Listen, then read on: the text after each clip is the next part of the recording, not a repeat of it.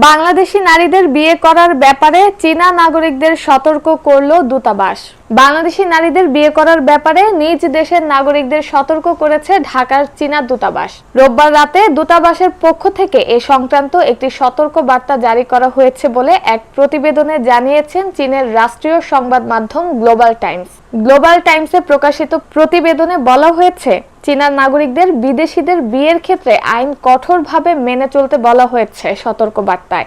এছাড়াও অবৈধ match making এজেন্টদের এড়িয়ে চলতে এবং শর্ট ভিডিও প্ল্যাটফর্মের আন্তঃসীমান্ত ডেটিং এর বিষয়বস্তু দেখে বিভ্রান্ত না হতে পরামর্শ দেওয়া হয়েছে। দূতাবাস চীনা নাগরিকদের বিদেশি স্ত্রী কেনার ধারণা থেকে বের হয়ে আসার এবং বাংলাদেশে বিবাহ করার আগে ভালোভাবে চিন্তা করার পরামর্শ দিয়েছে।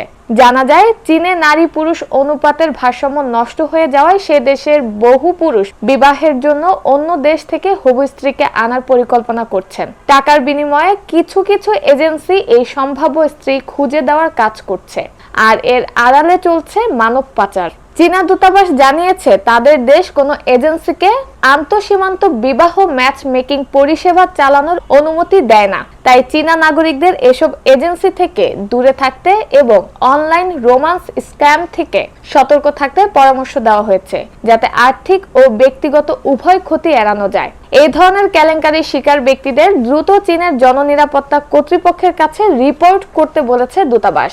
বার্তায় দূতাবাস মানব পাচারের বিরুদ্ধে বাংলাদেশের কঠোর অবস্থানের কথা তুলে ধরে সতর্ক করেছে যে, বাংলাদেশে অবৈধ আন্তঃসীমান্ত বিবাহে জড়িতরা মানব পাচারের সন্দেহে গ্রেপ্তার হতে পারেন। দূতাবাস আরও উল্লেখ করেছে, বাংলাদেশে বিচারিক প্রক্রিয়া সাধারণত দীর্ঘ হয়। যদি কেউ মানব পাচারের সন্দেহে গ্রেপ্তার হন, তবে আইনি প্রক্রিয়া শেষে রায় পেতে কয়েক মাস বা এমনকি কয়েক বছর লাগতে পারে। সেক্ষেত্রে ব্যক্তির জীবন ও পারিবারিক পুনর্মিলন মারাত্মকভাবে প্রভাবিত হতে পারে।